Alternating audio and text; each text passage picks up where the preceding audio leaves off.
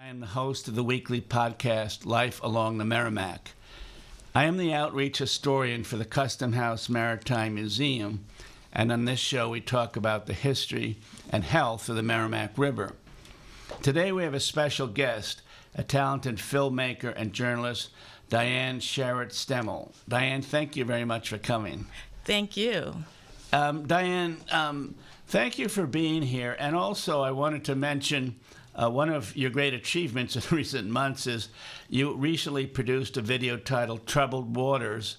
I recently saw it in Chelmsford, where I believe you're on the team of the local TV operation. And it's a fabulous presentation of the river. It's informative and scenic as well.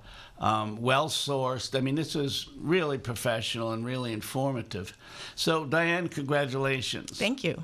And could you talk a little about the specifics of the film? How did you get involved in the project? And, how did you start the taping and start the editing? And how did it all roll out?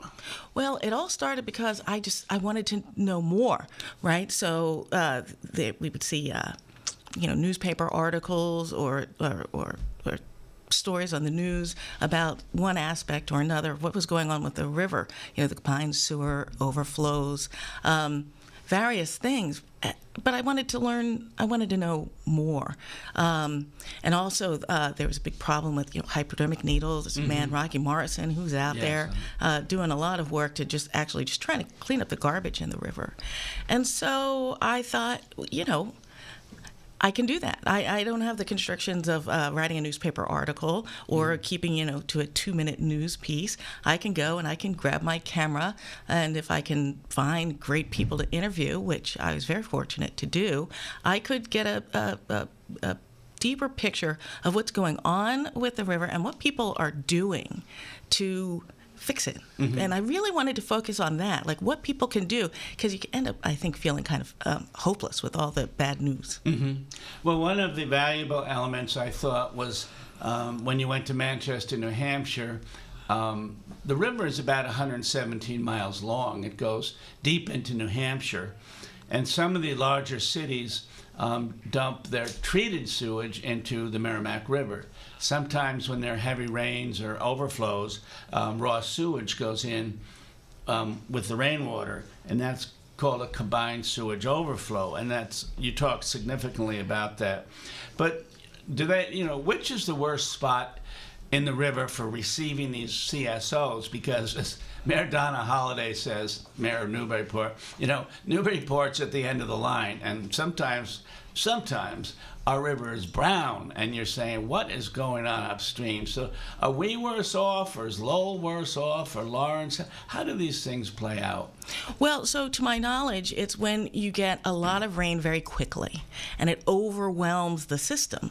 And there are certain towns like Manchester, like Lowell, like Lawrence, and Haverhill, and their sewage capacity is not enough for these strong storms, and apparently we're getting them more often, and they're stronger with climate change. And so it overwhelms the system, and the system was designed actually for these overflows to happen. So I didn't realize that. I thought they were, breaking the rules or no, that was actually how the system was designed. Because it was designed, over 100 years ago, they thought it was a great idea. And one of the challenges people point out over and over is the runoff from the rain goes into the same sewage treatment plant as the sewage itself, and that's what the overflow was. And as you say, climate change and global warming is creating more heavy bursts and more periods of time when there's overflowing, and hundreds of millions of gallons go into the Merrimack River. But one thing we say around here is the Merrimack is a resilient river, and so things are being done. How about upriver in Chelmsford or Tingsboro? Do you folks also have a challenge with seeing these CSOs?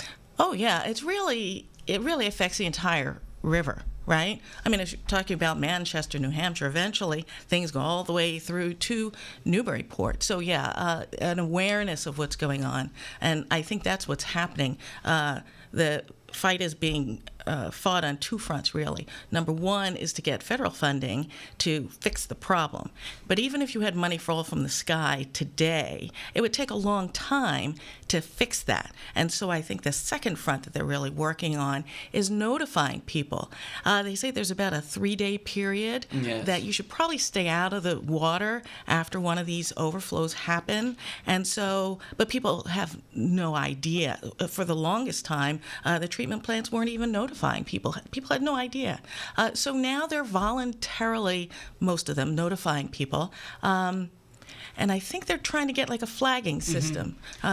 So you can tell. I think money's been set aside in the state level for a program where different colors of flags would be put up if there's a bad spill, a weak spill. Now, it sounds a little 16th century-ish, but it is a pilot program. It does sound like it comes from the sea. And I think Newburyport is going to have the first start of this program. There will be flags here in Newburyport, and there are 1,500 vessels in the summer here that are registered here, and 500 across the river in Salisbury and Amesbury. So when that happens, we'll talk about this on this show and bring people up to date on how they can tell if there is trouble coming from upriver. Right.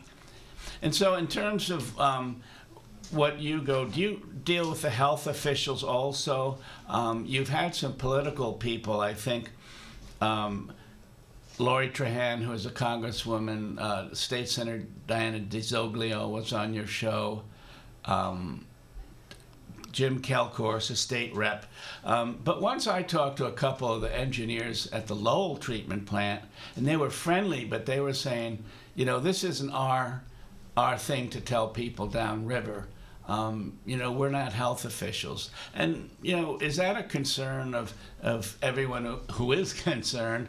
Because, going back to what we're trying to do with the flagging, it probably would be helpful if these health officials get on the ball and say, the implicit thing is we can't do anything about it, but here it comes. Is that starting to happen, Diane? Do you feel? I really think it is. I think there's actually a great consensus. A lot of people are very concerned with what's going on with the river. I spoke with officials from the EPA. They think it's a very significant concern.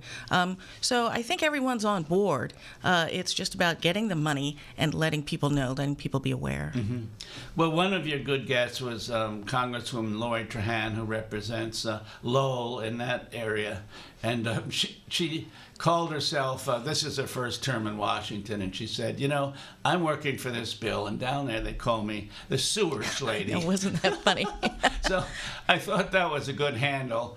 But, she did talk about, there is a transferal fund that does help communities get their water separated from the sewage treatment plants, but those are loans.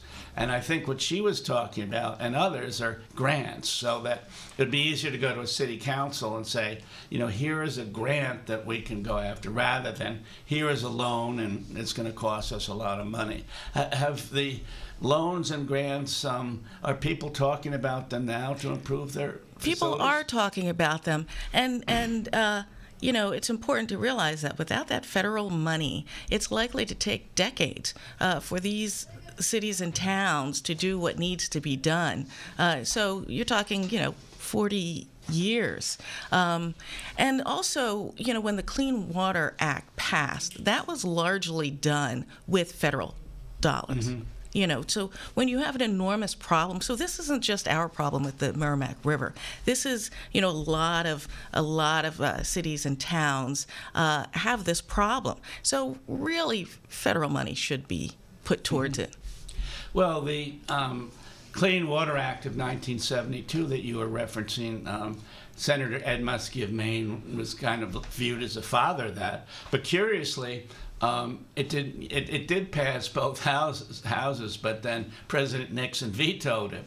So if you're a pessimist at this time of life, you could say, well, geez, if we could pass a good grant program in both houses, President Trump might veto it, but there's always a chance of overriding a veto. So I've heard people talk about that. If a few more people could be picked up and it passed through, then there could be a grant program in several years. Yeah, I think, the more enthusiasm, the more people that know how important it is and push for it, I'm a hopeful person. I think, clean water, it really isn't a partisan thing. Everybody does want clean water to drink. So I really think that that's going to happen. Well, one of the one of the characters that you had on your film, which you plan to show here in Newburyport, and we'll talk about that momentarily, was a fellow named Rocky Marcin, and he is kind of a blue-collar guy who, gets in a truck, or he gets with a backhoe or something, and really tries to pull a lot of trash out of the river. And some of your tapes showed him bringing a lot of things out of the river. And so in addition to this effluent that we talk about, there are bicycles, there are tires, occasionally, there are hypodermic needles as well. That must have been shocking to see that coming out, Dianne. Oh, yeah. He pulls cars out of the river. He's an amazing guy. This is a guy who saw something that needed to be done, and he took it upon himself to do it. And when I went to interview Rocky, I thought I was just going to do, an interview with the boat in the background. And before I knew it, he pulled me aboard the boat. Off we went, and he was just showing me exactly what he did.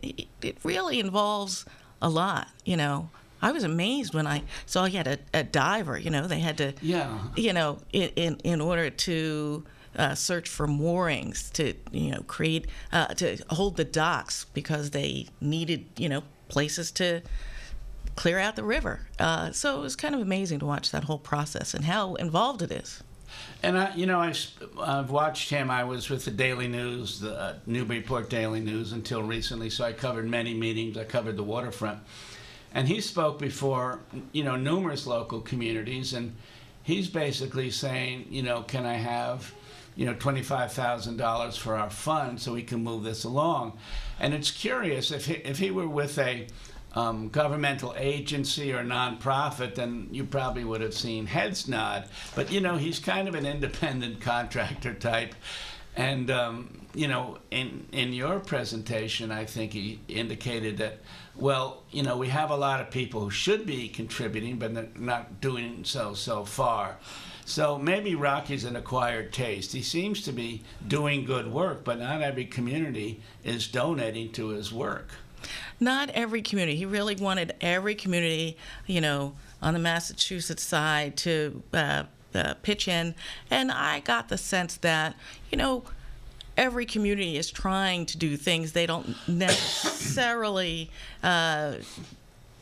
want to sign on for what Rocky's doing, But I think that everybody is really pushing. Eventually, he contacted me after the premiere of the movie, and he said, hey, Lowell has gotten on board. Oh, good. Mm-hmm. And so I thought, great. So I updated the end to reflect that, and I thought that was just such a great success story. He's one guy, and, he's fighting the tough fight, and you got to take your successes where you find them. Yeah, absolutely. Well, his presentation is usually quite stimulating, because sometimes we hear, oh, the river's good, you can fish and you can maybe swim someday, certainly take your boat out. But then in other times you'll see Rocky pulling out these needles, hypodermic needles, and all, batteries and, as you say, automobiles on occasion. And so it's probably some parts of the river are cleaner, but he has found some of the more challenging parts, from what I can tell. Well, I think the message I take from that, at least, is that we can't really just passively sit back and assume everything is fine. We really need to be aware and pay attention. It's not just other places that may have problems with their clean water. We have to actively fight for it. Mm-hmm. And I think that's what some of the reps are saying, that this is going to take a while, but we need the body politic to become aware of the problem, to talk to their city council, to talk to their state reps, because there are many different interests down, in the Boston state capitol, and of course federally. So a lot of work will have to be done. But tell me this, Dianne, how did you find your way to Newburyport? I think you've been in other TV markets, In fact, I used to be the TV editor of the Boston Herald for about 7 years under Rupert Murdoch. And as I saw your video roll out, I said, boy, this is a really good video journalist. Because, as I say, your editing was good, your sourcing was good, you stayed on point. So how did you get involved in the field, and where were you from originally? Well, originally I'm from New Jersey. I used to ride horses professionally, teach horseback riding. I rode show jumpers. And I had done that, for a while. I was about 35 years old, and I thought, I would like to use a different part of my brain, just do something different. And I thought, I don't know, TV, wouldn't that be fun? I had no idea. I had no idea that, people gave up everything and moved to the far corners of the country in order to, get a job. So I, took a 4-month course at the Connecticut School of Broadcasting. I was 35 years old, ancient, and, TV years. And I got a job. I got a job at a local, I didn't have to move, at a local TV station. Then I got another job. And I really enjoyed it. I really, really enjoyed it. But those were the days where you were either the on-camera person or you were behind the camera person. And, of course, that rapidly evolved because, then the TV stations have to pay 2 people. They've got to pay your camera person. They've got to pay. So if you could do both, if you could go and shoot what you needed to shoot and then edit what you needed to edit and then be on camera as well, then you were a more cost-effective person. So you kind of get forced to learn how to do that. But that was, that was great. You could tell the local stories, and that's where I got started. What were some of the markets you were in? I think you were in Mississippi at one point. Yeah, I was actually the host of Good Morning Mississippi. I ended up, I was a traffic reporter for a very long time for News 12 New Jersey. And where would that be, Camden? No. So the News 12 network is northern New Jersey. It's Long Island. It's, that whole tri-state area. Westchester. And so at first I would go out to Long Island. At least you have a lot of traffic there. Oh, my goodness, the worst traffic. I would have to go through the Bronx to Long Island. I did that for 3 years. Then I got hired at News 12 New Jersey. That was in Edison, New Jersey. So that wasn't so bad.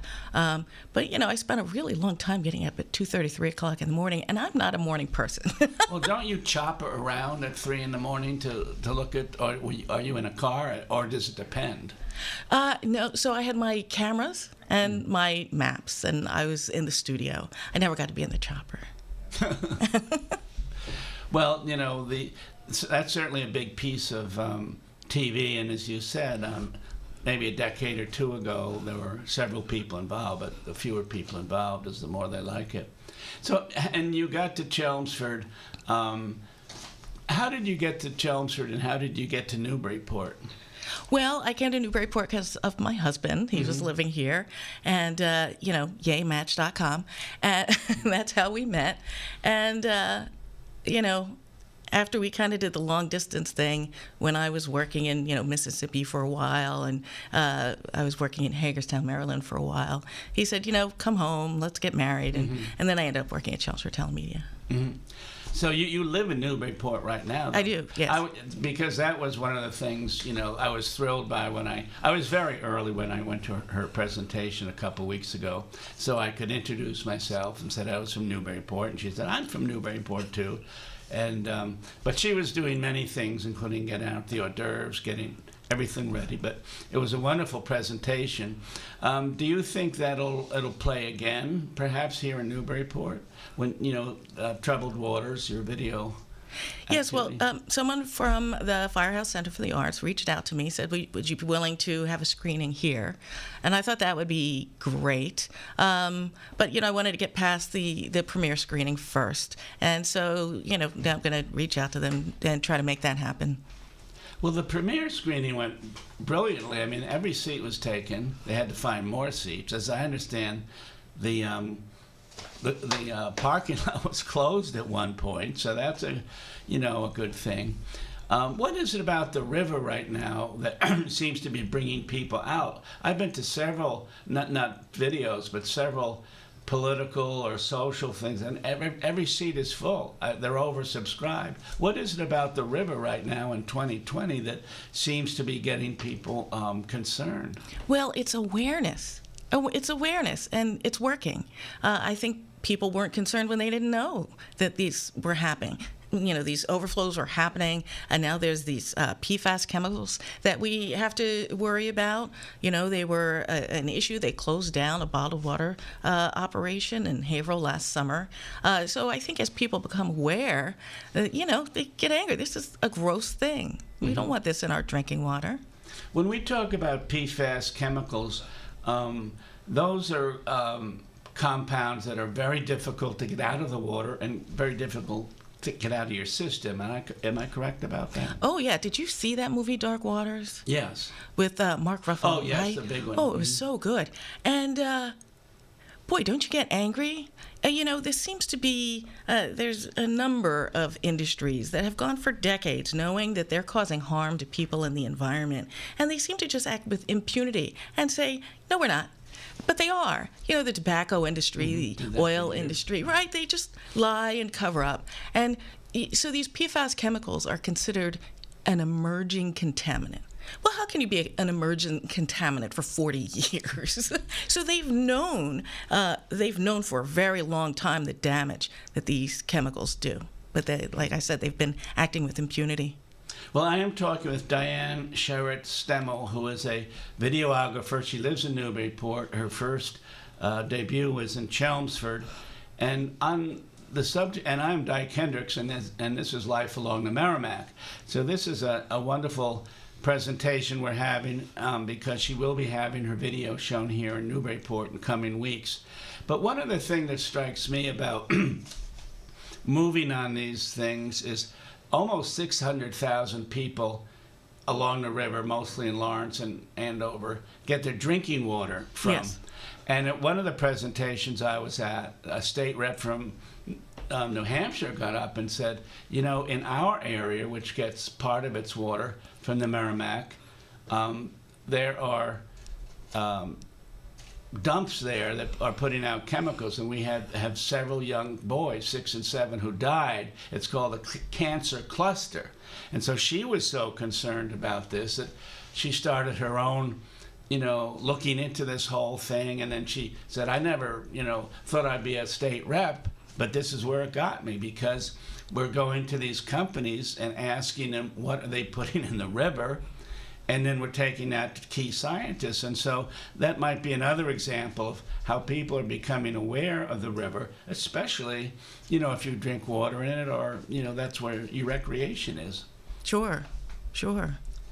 One of the interesting things going back a long time, and this goes back, in about 1891 in Lawrence, there was a numerous outbreak of typhoid. Scores of people getting typhoid. And so the state officials linked up with MIT, and they started a better process for cleansing the water. I mean, a century ago, people were probably drinking absolutely dirty water, but in 1891, water was a little better. But these typhoid, I wouldn't say epidemic, typhoid outbreaks would occur. So I'm interviewing people right now, and for a book I'm writing called Merrimack, the Resilient River, about how that came along and how these MIT professors came up to Lawrence, created, in fact, the country's first really scientific look at cleaning water for water quality. So, there's a lot of aspects to the river. There really are. I mean, I really think people used to just use the river to just conveniently get rid of things. So that's why, Rocky Marcin was pulling out so many cars from the river because, people didn't want to make an insurance claim, or they did want to make an insurance claim. They would just dump the car in the river. I know, and he is such not a curious way, but he's quite brusque, and he'll just say, "Look at this car, look at this tube, look at this. I got five syringes in my hand. Is this any way to treat a river?" I mean, he does have a charm about him. He really does. I said to him, how does that work for you? Getting so angry at people, does that really work? But that's, he's... When I saw him in Newburyport, he had a handler, this lawyer who comes along with him. And after about 5 minutes of Rocky, getting rather loud and waving his hands as lawyer handler says, what Rocky means is, and if you would just sit down for a few minutes, I will try to go over some of the finer points. So, that was a good thing. But who were some of the other people in your video? Because you had, didn't you have Congresswoman Trahan? Yes, I did. And she spoke well. Oh, she's been fabulous. And it's amazing. I just thought I would just reach out to the most knowledgeable people I could find, and I was very, very fortunate that they took the time to be interviewed by me. They didn't, they didn't realize I'm kind of just a nobody working at Chelmsford Telemedia. So, I reached out to the EPA. I was astonished when they got back to me. Yeah, your EPA interview was terrific. You had other good ones, and then towards the end, folks might remember about 24 people, a lot of them community leaders, took a kayaking trip late last summer, starting in New Hampshire, came down 117 miles.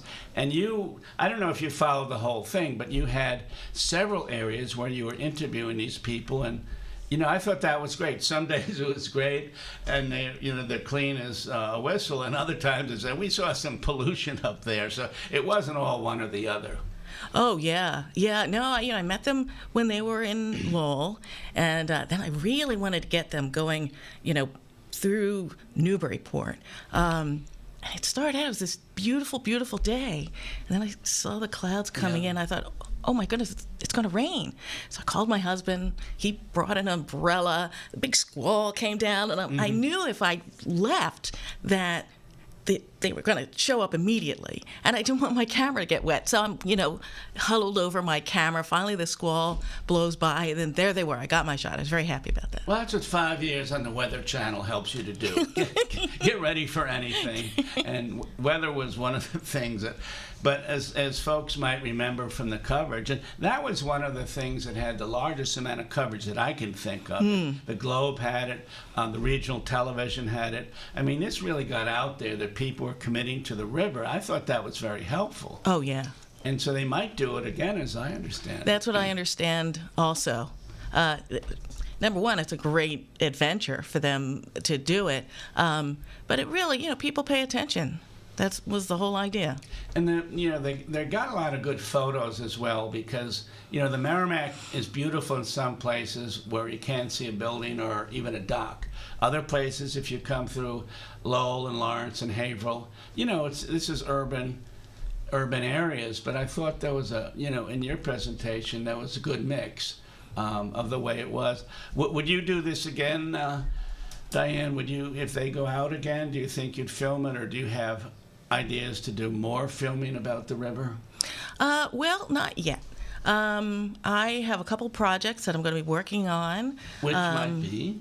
Well, so I wanted to do something about taking mass transit, because apparently if you're forced to take mass transit, it can be really, really challenging. So I'm going to do that. And I'm also in the process, my husband kind of does crazy things, and then I apparently make documentaries about them. And so he and his friend in Kentucky, they're from Kentucky, they're building a shanty boat, and they're going to float it down the river. The Ohio and Mississippi River. They're going to follow. Yeah, they're going to follow the journey of a man named Harlan Hubbard and his wife. And this was kind of a very famous person in Kentucky, and they were very ecologically aware, inspired by Thoreau, and he kind of lived his life that way. And so they're building their shanty boat right now. They're going to go down the river, and we're going to take a look at Harlan Hubbard and how he lived his life, and then see how well Jerry and his friend Art manage floating a shanty boat. That sounds exciting. Do you get grants for these, or does it come partly through the salary that you have through Chelmsford?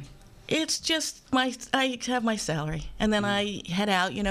Look, if you have a crew, it's very expensive, right? But if you grab your camera and you go out and you do your interviews and you shoot your B-roll and you edit yourself, it's not nearly as expensive. Yeah, as I mentioned, your editing was terrific. Well, I am with Dianne Sherrat Steimel, and she has just done a terrific video on the Merrimack River And do we know when it's going to be shown in Newburyport? Or do we not quite know that yet? We don't quite know that yet. I'm thinking in April, but I'm not sure. I have to, reach out to a couple people and, firm up some dates. Mm-hmm. I'd like to, at the premiere, we had, Lori Trans speaking. We had some great speakers, and I would like to do that again. I think that really adds gravity to it when your congresswoman comes and says, this is what we're doing, this is what we're... And she's not just a congresswoman, she is the sewage lady. So. She's the sewage lady. I was on the front page of the Lowell Sun. It was amazing. Okay, I'm afraid we could go on longer because Dianne's a great guest. Thank you very much, Dianne, Thank coming you. in. I am Dyke Hendrickson. This is Life Along the Merrimack. I won't be here for the next 2 weeks. I'm going down to a barrier island in Florida, very similar to Plum Island, where the north is built up and the south is a federal wildlife refuge. But they have armadillos and we don't. And so, but the bad side of that, you're not going to believe this, but it's true. You can get leprosy from armadillos. So that's where I end it. Thank you very much for listening, and we'll talk again. Bye-bye.